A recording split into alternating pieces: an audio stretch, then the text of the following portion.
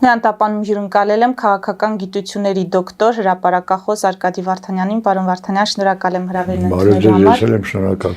Քանի որ դուք ակտիվ հետևում եք միջազգային իրադարձություններին, աշխարհաքաղաքական զարգացումներին, հենց դրանից էլ սկսենք մեր հարցազրույցը։ Իրանը անիմաստ է համարում ԱՄՆ-ի հետ ուղիղ բանակցությունները։ Թրամփն էլ հայտարարում է, որ եթե բանակցությունները արդյունք չտան, բանակցություններ տեղի չունենան, ապա Իրանը մեծ վտանգների առջև է կանգնելու։ Հիմա Օմանում սպասվում է արտգործնախարարի Իրանի եւ ԱՄՆ նախագահի հատուկ բանագնացի միջև հանդիպում, բանակցությունների փուլ։ Դուք ինչ վերլուծություն ունեք իրադարձությունների զարգացման, որ սցենարն է ավելի հավանական, արդյոք բանակցություններով կգտնվեն լուծումներ, թե ռազմական ճանապարհով, որովհետև մենք գիտենք, որ ռազմական կուտակումներ կան, ամեն դեպքում ռազմական ուժի կուտակումներ են տեղ ունենում, Իրանը բանակը բերել է մարտական բարձր պատրաստվածության աստիճանի։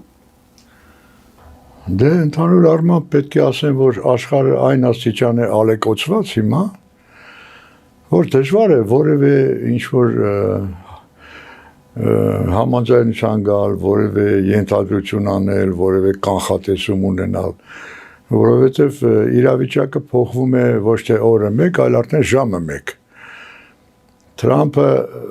առավոտը վերակենում մի բան ասում, ճաշից հետո ուրիշ բան ասում,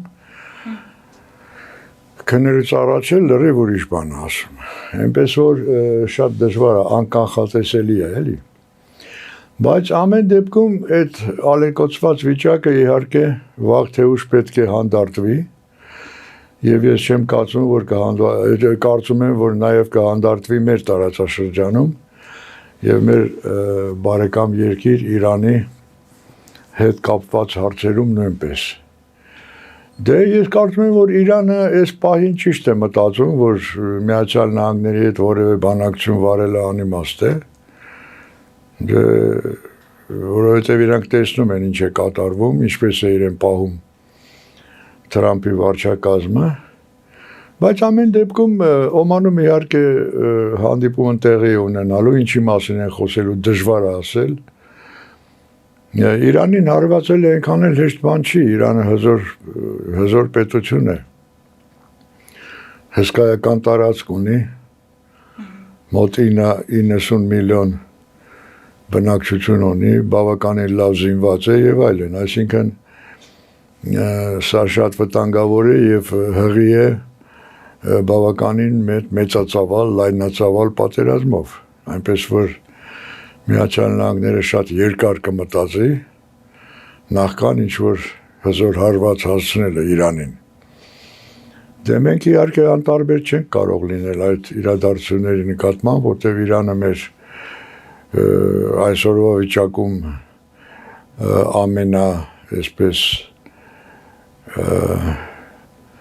ամենահզոր դաշնակիցն է, այդպես կարող ենք ասել, որովհետև աջից ու ձախից մենք ունենք թշնամիներ,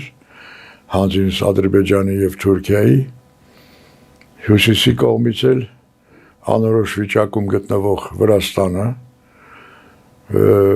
որտեղ դեռ հայտնի չի ինչպես կավարտվեն այդ իրադարձությունները, այսպես կոչված ընտրություններից հետո, կեղծված իհարկե ընտրություններից հետո, բայց ես հուսով եմ, որ վրաց ժողովուրդը իր մեջ ուժ կգտնի եւ համախմբվածության բավարար աստիճան կարող է ստեղծել ազատվելու համար այդ Ռուսաստանի դարավոր ազդեցությունից, դա է շատ կարևոր մեզ համար։ Դե աշխարհում էլ տեսնում եք ինչ է կատարվում այդ Դոնալդ Տրամփի կողմից փաստորեն ամբողջ աշխարհին հայտարարված առևտրական պատերազմը։ Այո, ինչպես Մակրոնը հայտարարեց։ Չմոռանանք, որ ոչ վերջին հերթին խփելու է նաև հարված է հասնելու նաև Միացյալ Նահանգների տնտեսությանը։ Արդեն երևում է, որովհետև արձանագրվում են գների բարձրացումներ եւ հետո ժողովուրդն է արդեն բողոքում, ես վերջերս շատ հզոր բողոքի ակցիաներ տեղի ունեցան գրեթե բոլոր խոշոր քաղաքներում Միացյալ Նահանգների, հակատրամփյան այսպես կոչված, եւ նույնիսկ Թրամփի ամենամտերիմ, հուսալի դաշնակիցը Իլոն Մասկը արդեն սկսեց հակատրամպյան ինչ-որ հայտարարություններով հանդես գալ, որովհետև ինքը տեսնում է բավականին տաղանդավոր բիզնեսմեն է բացի ամեն ինչից, ինքը տեսնում է, որ Թրամփի իրականացվող քաղաքականությունը բավականին հզոր հարված է հասցնում նաև ամերիկյան բոլոր միլիարդատերներին եւ ոչ միայն միլիարդատերներին, այլ ամբողջությամբ ամերիկյան տնտեսությանը։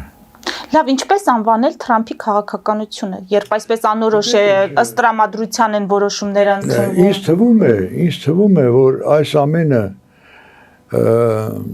այսպես արհեստական իրականացվող ծածկադմփոց է, որի տակ Թրամփը փորձում է թաքցնել, չգիտեմ, գուցե ես շատ եմ ընկել այսպես ֆանտազիայի գիրկը, բայց եւ այնպես ես շարունակում եմ հույս փայփայել, որ այն ամենը, ինչ որ արվում է Թրամփի կողմից եւ նրա աշխատակազմի կողմից, դա ուղղակի նախապատրաստում է շատ հզոր այսպես թակարդի ստեղծմանը, որի մեջ վերջում կհայտնվի աշխարհի այսօրվա համար մեկ առնետը, պարոն Պուտինը։ Ինձ թվում է այդ ամենը ուղղված է այդ նպատակին։ Չգիտեմ, գուցե իմ կարծիքը շատ հեռու է իրականությունից, բայց ես չէի ուզի սխալվել, որովհետև գիտեք ինչ, դե վերջին հաշվով Միացյալ Նահանգները դա ժողովրդավարական պետություն է, դա այնպես Հավայի պետություն չի, էլի, արդեն մոտ ժամանակներս պետք է տոնեն 250-ամյակը Միացյալ Նահանգների ստեղծման եւ աշխարհի կողմից միշտ այդ երկիրը ընկալվել է որպես հզորագույն ժողովրդավար երկիր։ Մի երկիր, որը միշտ կանգնած է ճնշվողների կողմում, որը միշտ առաջնորդվում է արդարությամբ, ժողովրդավարական սկզբունքներով եւ արժեքներով, եւ այդ ամենը հաշվի առնելով եւ նկատի ունենալով դժվար է պատկերացնել, որ այսօրվա աշխատակազմը ի վիճակի կլինի ինչ որ շրջադարձային փոփոխություններ իրականացնել Միացյալ Նահանգներում եւ այդ երկիրը միացնել այնպիսի հակաժողովրդավարական պետություններին, ինչպիսիք են ուրեմն Պուտինյան Ռուսաստանը եւ Չինաստանը, կամ էլ Հյուսիսային Կորեան։ Չեմ պատկերացնում նման բան, ուղղակի չեմ պատկերացնում։ Ես կարծում եմ, որ դա ֆիզիկապես հնարավոր չէ, ինչի մասին վկայում են նաեւ այն հզոր հանրահավաքները, որոնք տեղի ունեցան, ինչպես արդեն ասացի, գրեթե բոլոր խոշոր քաղաքներում եւ արդեն գիտեք ինչ անջատողական մտքեր են մեկ-մեկ հնչում, օրինակ Կալիֆոռնիա նահանգում արդեն բավականին լուրջ սկսել են մտածել Միացյալ Նահանգներից դուրս գալու մասին, պատկերացնում եք ինչին է հասել արդեն այս անորոշ իրավիճակը։ Այդ ամենը ես կարծում եմ կստիպի Թրամփին սթափվել, եթե այդպես կարելի ասել, օյաղանալ եւ մտածել նաեւ հաջորդ տարի տեղի ունենալիք ընտրություններին Միացյալ Նահանգներում, կոնգրեսի ընտրություններին, սենատի ընտրություններին եւ այսօրվա վիճակում, եթե այսօր վաղը լինեն այդ ընտրությունները, իհարկե հանրապետականները ջախջախիչ պարտություն կկրեին, դա ակնհայտ է եւ հանրապետականներից շատերը նույնպես բողոքում են, համաձայն չեն այսօր վարվող քաղաքականության հետ եւ արդեն արտահայտում են իրենց անհամաձայնությունը, բազմաթիվ հայտարարություններ են հնչել վերջերս, բավականին ճանաչված եւ հեղինակավոր հանրապետականներ արդեն իրենց դժգոհությունն են հայտնել Թրամփի կողմից վարվող քաղաքականության վերաբերյալ։ Այնպես որ մի խոսքով ալեկոծված է, շատ խառն է, շատ խառը վիճակ է, այստեղ դժվար է ինչ-որ որոշակիորեն կարծիք հայտնել կամ կանխատեսում անել, ընդհանրապես ես կանխատեսումների դեմ եմ, երբեք չեմ կանխատեսումներով չեմ զբաղվել, Կարծում եմ դա անշնորհակալ գործ է։ Պարոն Ինչպես Վարդանյան, ասում են, կապրենք, կտեսնենք։ հիմա Վաշինգտոնի հետ սեփական խնդիրները չլուծած Մոսկվան պատրաստակամություն է հայտնում անել հնարավորը Թեհրանի եւ Վաշինգտոնի միջև տարաձայնությունները հարթելու համար, Պեսկովն է հայտարարել։ Հիմա այս հայտարարությունը զուտ հայտարարություն է հայտարարության համար։ Գիտեք, ես կարծում եմ Իրանը, ինչպես որ մենք մեր զրույցի սկզբում ասացինք, Իրանը համարում է Միացյալ Նահանգների հետ որևէ բանակցություն անիմաստ։ Ինչ վերաբերում է Ռուսաստանի հետ հարաբերություններին, ապա այստեղ Իրանը շատ ավելի, ոնց ասեմ ձեզ, շատ ավելի կոշտ է ընկալում այդ հարաբերությունները Ռուսաստանին, այդպես ժողովրդական լեզվով եթե ասենք, շան տեղել չի դնում։ Այդ դեպքում ինչ է սա նշանակում այս հայտարարությունը, որ իրենք պատրաստ են անել հնարավորը։ Ռուսաստանը, այո, Մոսկվան։ Ռուսաստանը ամեն կերպ փորձում է մեդան ընկնել, ամեն կերպ փորձում է աշխարհին ցույց տալ, որ ինքը մեկուսացված չի, որ ինքը ակտիվորեն մասնակցում է միջազգային բավականին այսպես բարձր աստիճանի տարբեր տեսակի իրադարձություններին, որ իրեն ինչ որ բանի տեղ են դնում, իր կարծիքը հաշվի են առնում եւ այլն եւ այլն։ Եվ իհարկե այստեղ նույնպես ինքը չէր կարող կողմ մնալ, պետք է անպայման քիթը խոթեր, նաև ամերիկա-իրանական այդ հարաբերությունների մեջ ցույց տալու համար, որ իր ազդեցությունն այնքան բարձր է, որ ինքը կարող է նույնիսկ ճնշում գործադրել, օրինակ այդ նույն Իրանի վրա, որը համարվում է իր դաշնակիցը, Եվ այսպիսով ուզում է ցույց տալ, որ իր դեմքը դեռ վերջնականապես ջնջված չէ եւ հեռացված չէ, ուրեմն համաշխարհային թատերաբեմից քաղաքական։ Այդ է ուզում ցույց տալ։ Պարոն Վարդանյան, նույն անկանխատեսելի իրավիճակն է նաև ռուս-ուկրաինական ճակատում, այսինքն դեռ հնարավոր չէ ասել ինչ կարող է տեղի ունենալ։ Ոչ, այստեղ ես կարծում եմ շատ ավելի կանխատեսելի է, որովհետեւ Թրամփի երբնակալության պահից սկսած առ այսօր արդեն շուտով մոտենում է 100 օրը Թրամփի, Պուտինը մի քանի անգամ ամբողջ աշխարհին փաստորեն ցույց տվեց, որ ինքը ամենևին հակված չէ հասնել ուրեմն խաղաղությանը, կնքել որևէ պայմանագիր, ուղղակի ժամանակ է ձգձգում, որովհետև գիտեք ինչ, Ռուսաստանը Պուտինի ղեկավարման ընթացքում հասցվել է այն աստիճանի,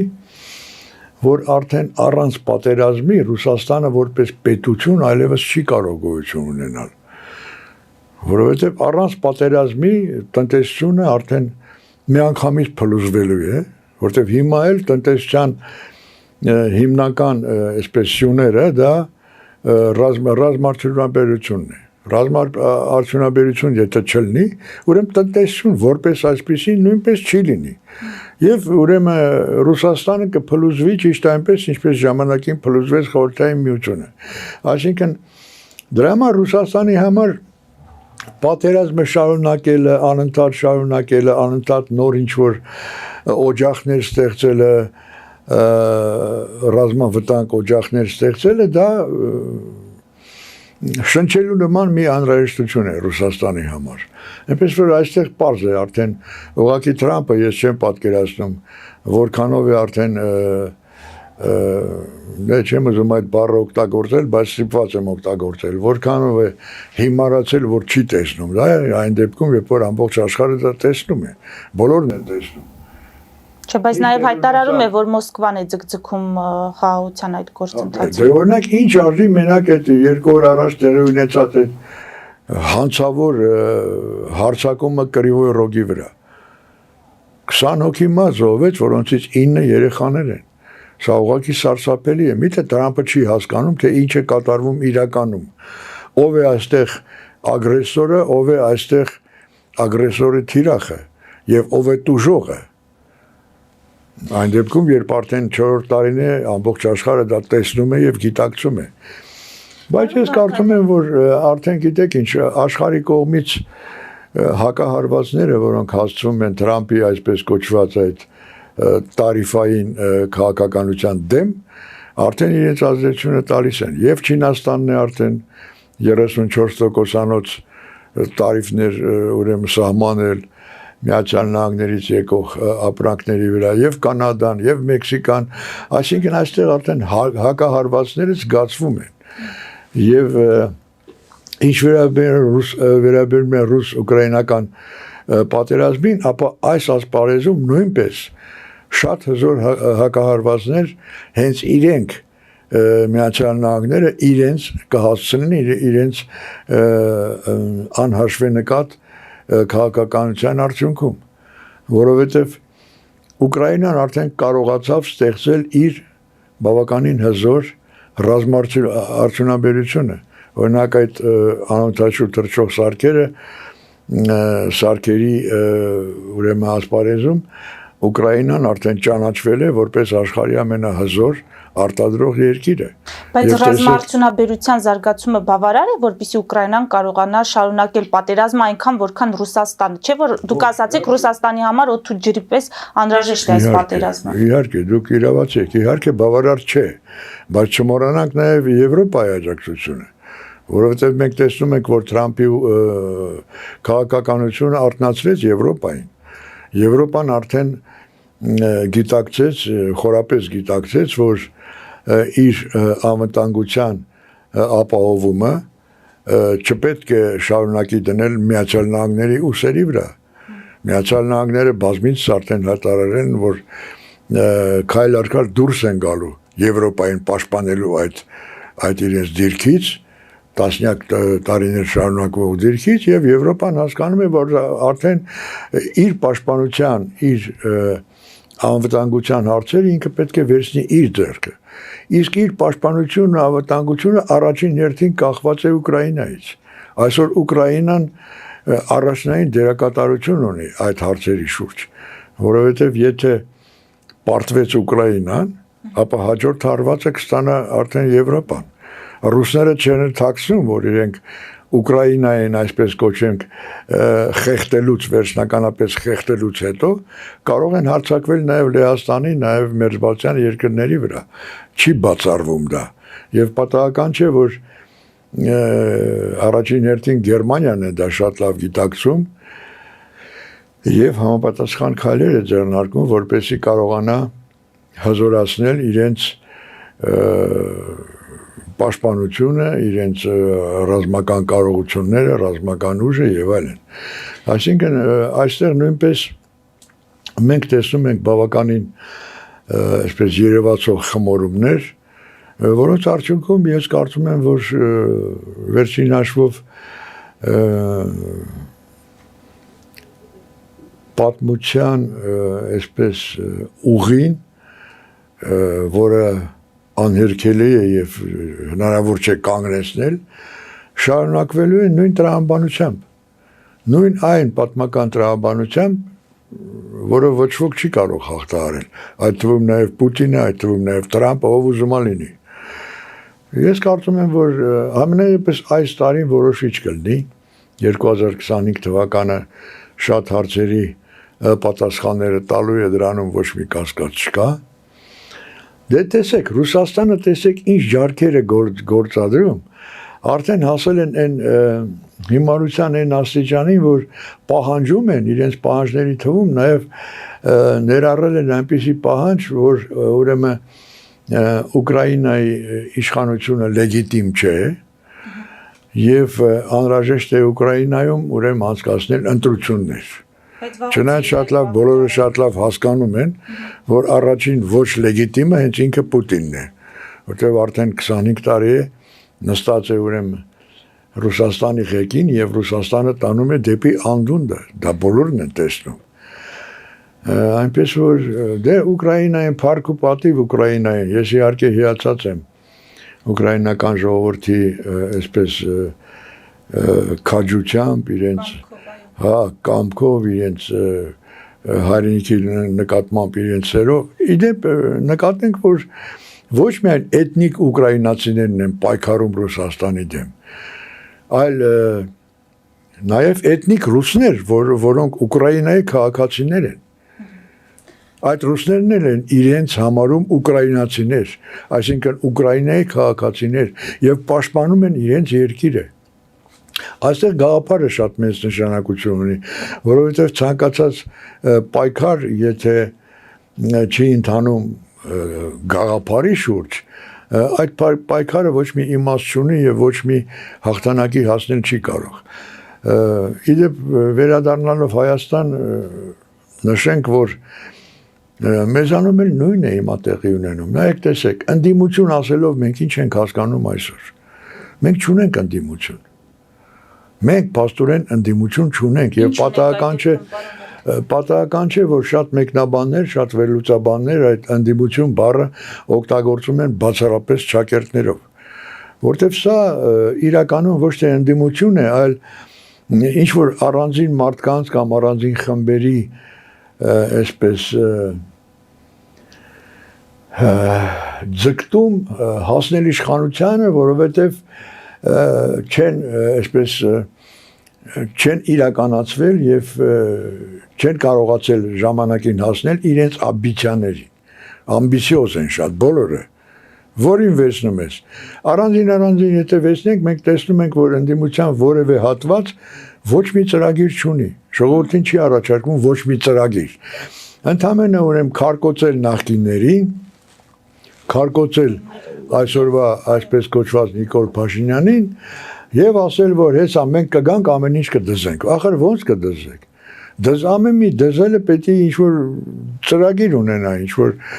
դուք ձեր արժեվ պետք է այդ ծրագիրը ունենաք եւ այդ ծրագիրը ներկայացնեք ժողովրդին։ Վերջին հաշվով ժողովուրդը դատարկաբանությանը երբեք ուշադրություն չի դարձել, չի էլ դարձնելու։ Ժողովուրդը արդեն կուշտ է։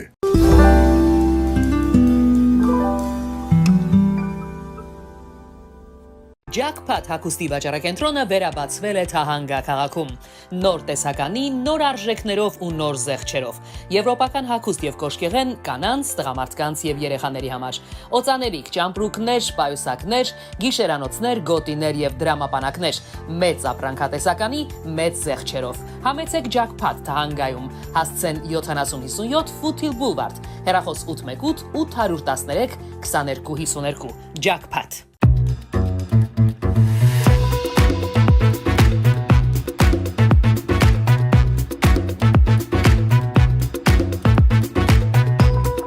Արարատ ռեստորան, ընտանեկան եւ ընկերական ժամանցի լավագույն հասցե, սիրված արտիստներ, հյուրընկալ մթնոլորտ, հարուստ ճաշացան, անմահական խորտիկներ, Արարատ ռեստորան, հասցեն անփոփոխ, սիրով սպասում ենք ձեզ։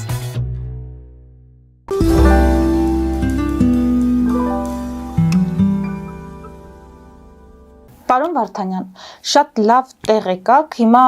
ինձ հետաքրքիր է ձեր բացատրությունը Գյումրիում անցկացված թիմ ընտրությունների արդյունքների ընդհանուր պատկերի հետ կապված։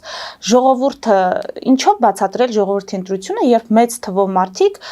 իրենց վստահության քվեն տվեցին կոմունիստ քաղաքական գործչին, ով ունի քրեական անցյալ, ով գովերգում էր ռուսական դրոշն ու ռուսական ռազմաբազայի ներկայությունը մեր տարածքում, այս բոլոր իրադարձություններից հետո։ Գիտեք ինչ, եթե փորձենք վերլուծել թվաբանության սկզբունքից, ապա առաջին հերթին ես կնշեի այն հանգամանքը, որ ժողովրդի, ինչպես դուք ասում եք, ճնշող մեծամասնությունը ընդհանրապես այդ ընտրություններին չմասնակցեց ուղղակի, հասկանում եք, ժողովուրդը անտեսեց ու դրանով ապտակ տվեց եւ իշխանությանը եւ ընդդիմությանը, այսինքն իր այսպես անվստահությունը հայտնեց ինչպես նախկիններին, այնպես էլ այսօրվաներին, այնպես էլ ձեր ասած կոմունիստին, այնպես էլ բոլոր նրանց, ովքեր ունեն ինչ-որ քրեական բնույթի պատմություն իրենց ուրեմն կյանքի ճանապարհի վրա, բոլորի երեսին թքեց կարելի ասել ժողովուրդը։ Իսկ ինչ վերաբերում է, ինչպես։ Իսկ քվեարկածների վարքագիծը ինչպես բացատրել, մոտիվացիան կամ Դե քվեարկածները գիտեք ինչ։ Ուղղակի ես կարծում եմ, որ մարդիկ եկան մասնակցելու հերթական թամաշային, որի արդյունքում գուցե դա ձեզ տարօրինակ թվա, բայց ես կարծում եմ, որ հաղթեց իշխանությունը։ Նիկոլ Փաշինյանը հաղթեց այստեղ։ Բա իհարկե, որտեվ Այն կոալիցիան հիմա որը որ պետք է ստեղծվելու է հենց ԿՊ-ի թելանդրանքով։ Դե կտեսնենք։ Հիմա փորձում են, չէ՞, ինչ որ կոալիցիա ստեղծեն։ Ինչ կոալիցիա պիտի ստեղծվի, եթե կոալիցիայի անդամներից մեկը պետք է լինի հանցագործ Վարդանիկը, Գիժ Վարդանիկը։ Ես իրան անձամբ եմ ճանաչում, հանդիպել եմ ես իր հետ Լենինականում, Գյումրիում, խոսել եմ, զրուցել ենք, ես ուղղակի անմեղսունակ մարդ է նա, շատ հեռու իրականությունից, շատ հեռու քաղաքականությունից, քաղաքագիտությունից, ամեն այն բանից, որը անհրաժեշտ է Գյումրի նման մեծ քաղաքի, մեր երկրի երկրորդ քաղաքի քաղաքապետը լինելու համար։ Նրան ես օրինակ չէի վստահի ինչ որ մի դպրոցի դրան պահակ լինելու, չէի վստահի։ Իսկ հիմա կոալիցիայի անդամ նա լինելու է անպայման եւ չի բացառվում, որ հենց նա էլ կլինի քաղաքապետը, հերթական անգամ Գյումրին եւ գյումրեցիներին տանջող, թալանող քաղաքապետը։ Այդպես է լինելու։ Դուք ասում եք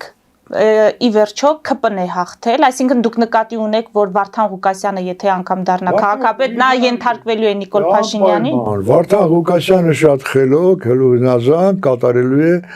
ԿՊ-ի բոլոր թելադրանքները, բոլոր, որովհետև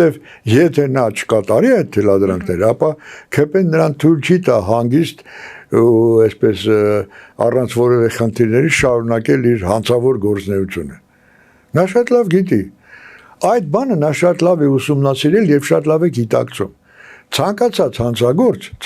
հանցագործ գիտի, որ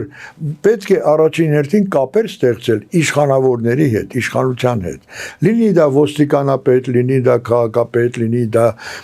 վարչապետ, ով ուզում է լինի, անպայման կապը պիտի ստեղծես, որ կարողանաս անվտանգ քո հանցագործությունները առաջ տանես։ Այնպես որ Վարդանիկ Ղուկասյանն էլ այստեղ բացառություն չի կազմում։ Ես ամեն դեպքում չեմ ուզում, որ մենք անձնապես վիրավորենք պարոն Վարդանյան, երևույթի մասին է հարցը։ Պարոն Ղուկասյանին դուք նկատի ունեք։ Այո, պարոն Ղուկասյանին, եւ եթե նա հանցագործ է, պետք է որ հիմա հանցագործը գտնվեր համապատասխան վայրում եւ ոչ թե լիներ ազատության մեջ, հետեւաբար մենք մեր գնահատականը չգիտեմ ինչքանով է տեղի։ Սա հերթական փորձն է գնահատական տալ այսօրվա իշխանությանը, որովհետև այսօրվա իշխանությունը մենք հիշում ենք, չէ, արդեն գրեթե 7 տարի է իրենք իշխանություն են, չէ։ Իշխանության գալուց նրանք ինչ էին ասում։ Նրանք ասում էին, որ բոլոր կողոպտիչները, բոլոր թալանչիները, բոլոր մարդասպանները եւ այլն, բոլոր դրանք, ովքեր տանջել են մեր ժողովրդին, նրանք անպայման ենթարկվելու են համապատասխան պատասխանատվության, պատժվելու են։ Դրանց թվում է նաև Վարդան Ղուկասյանը, այն ինչ որ ես ասում եմ Վարդան Ղուկասյանի հասցեի, դա վիրավորանք չէ, դա ուղղակի փաստի արձանագրում է։ Դա փաստի արձանագրում է։ Ինչու այսօր նա, ինչպես դուք ասում եք,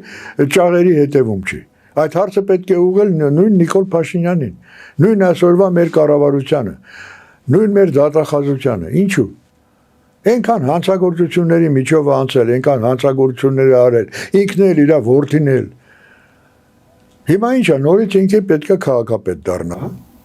Պարոն Վարդանյան, Հայաստանի վարչապետը ասում է հանրային այն դժգոհությունը, որ կա մեր վարած կադրային քաղաքականության հետ, տեղին չէ, որովհետև հաշվի չեք առնում, որ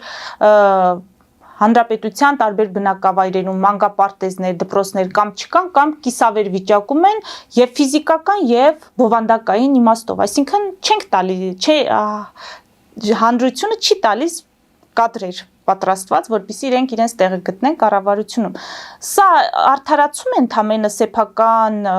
կադրային քաղաքականությունը արդարացնելու մասին է հայտարարությունը վարչապետի։ Թե իսկապես մենք ունենք կադրային խնդիր, կադրային ճգնաժամ, ինչպես նա է ընդգծում։ Ես վարչապետի հայտարարություններին ընդհանրապես ուշադրություն չեմ դարձնում արդեն վաղուց։ Ինչու՞, որովհետև իր կողմից իրականացվող քաղաքականությունը թուրքահաճո քաղաքականություն է։ Թուրքահաճո քաղաքականություն է։ Եկեք մի մոմենտ պատկերացնենք, մի պահ պատկերացնենք, որ վարչապետը ոչ թե օրինակ Նիկոլ Փաշինյանն է, այլ ինչ որ, չգիտեմ, Մահմեդ Օղլու, ինչ որ մի հատ թուրք։ Մի հատ թուրք, Անկարայից կամ Բաքվից մի հատ եկած թուրք։ Սրանից ավել վնաս նա կարող էր հասցնել Հայաստանին։ Ես նկատի ունեմ այն վնասը, որը հասցրեց Նիկոլ Փաշինյանը։ Արցախը հանձնելը, ժողովրդին այս վիճակում գցելը, հա, ցեղասպանությունը մոռանալը, Արարատ սարը մեր հիշողությունից ջնջելը, ուրեմն դպրոցներում, մանկապարտեզներում այսպես ոնց ասեմ վարվող այդ քաղաքականությունը, որ դասագրքեր փոխելը, պատմություն մոռանալը, իրական Հայաստանի մասին խոսելը, իրական Հայաստանը ո՞րն է։ Իրական Հայաստանը ո՞րն է։ 29700 Հա, իրական Հայաստանը, այսինքն այն պատրտած այն մի կտորն է, որը մնացել է իրական Հայաստանը սա է։ Ես կարծում եմ ոչ։ Ես կարծում եմ ոչ։ Իրական Հայաստանը այն Հայաստանն է, որի ղեկավարները պետք է քաջ գիտակցեն, որ հնարավոր չէ մոռացության ենթարկել սեփական երկրի պատմությունը, հնարավոր չէ։ Մենք ինչ է, պետք է մոռանանք Հայկ Նահապետին, պետք է մոռանանք Մեսրոպ Մաշտոցին, պետք է մոռանանք Վարդան Մամիկոնյանին, պետք է մոռանանք Անդրանիկին, պետք է ամեն ինչ պետք է մոռանանք, հա։ Մոնթեին էլ մոռանանք, հա։ Մեր հերոսներին մոռանանք, որովհետև դրանք իրական Հայաստանի հետ կապ չունեն։ Եթե մենք հետևենք այդ փիլիսոփայությանը, այդ ենթադրություններին, որոնք փորձում են որպես գաղափարախոսություն ժողովրդին հրամցնել Նիկոլ Փաշինյանը։ Ինչ է նշանակում իրական Հայաստան։ Ինձ համար իրական Հայաստանը դա գիտեք ինչ, առնվազն Վուդրո Վիլսոնյան գծած Հայաստանն է, առնվազն, ավելին դեռ չեմ ասում։ Մենք ինչու՞ չպետք է օրինակ վերցնենք նույն Իսրայելից, նույն Իսրայելի ժողովրդից, Իսրայելի կառավարությունից։ Տեսեք ինչպես են նրանք պաշտպանվում, գտնվելով ամբողջությամբ շրջապատված լինելով թշնամի երկրներով եւ թշնամիներով, որոնք անընդհատ հարված։ Մենք էլ ունենք ԱՄՆ-ի պես դաշնակից, մենք էլ ունենք Ֆրանսիայի պես դաշնակից, բայց նրանք գիտեն այդ դաշնակիցներից օգտվելու ձևը, իսկ մենք չգիտենք։ Մենք չգիտենք։ Մենք ինչ է մոռացել ենք Նիկոլ Փաշինյանը երբ որ եկավ իշխանության, մի քանի օր անց ով եկավ Միացյալ Նահանգներից։ Ամենաբարձրաստիճան չինովնիկները եկան այստեղ, չէ՞։ Ոչ եկան ձեռքերը թափառելով, նրանք եկան կոնկրետ առաջարկություններով, նրանց գրպանում կոնկրետ իրեր կային արդեն, շոշափելի իրեր։ Բայց ինչպես եկան, այնպես էլ քորփոշման հետ գնացին։ Իմիջիալով գիտեք ինչ, լավ է ես հիշեցի, ես ուզում եմ այդ մասին խոսել ձեզ։ Ամփոփենք դրանով, պարոն Ես կցանկանայի, այսինքն ես առաջարկում եմ ձեզ օգտագործել այս ամբիոնը, այս մեր զրույցները, օգտագործել որպես յուրատեսակ սոցհարցում։ Եկեք մենք դիմենք մեր լսարանի, այսօրվա լսարանի մասնակիցներին այսպիսի առաջարկով։ Ձեր մեկնաբանություններում նշեք այն անձին կամ այն անձանց, որոնք անձամբ դուք կվստահեիք երկիր ղեկավարելը։ Նշեք, էլի մարդու անուն տվեք։ Այդ սոցհարցումը մեզ հնարավորություն կտա, ասենք 1 ամիս, 2-3 ամիս հետո ինչ որ տպավորություն ունենալ ժողովրդի սպասումների վերաբերյալ, որովհետև մենք ժողովրդի արտարբերությունը հիմա տեսնում ենք, մենք տեսնում ենք, որ ժողովուրդը ոչ ոքի չի հավատում, չի ուզում հավատա, ոչ ոքի չի ուզում լսել ընդհանրապես, բայց այդ սոցհարցումը մեզ հնարավորություն կտա հասկանալ ժողովրդի տրամադրվածությունը եւ ընդհանուր, այսպես եթե կարելի ասել, ընդհանուր վիճակը մեր հասարակության մեջ այսօր ինչ վիճակում է մեր հասարակությունը այսօր։ Ես կարծում եմ, որ դա հետաքրքիր կլներ, ես առաջարկում եմ, որ մեր լսարանը արձագանքի։ Կոմենտներում մեկնաբանություններում գուցե իսկապես արձագանքներ լինեն։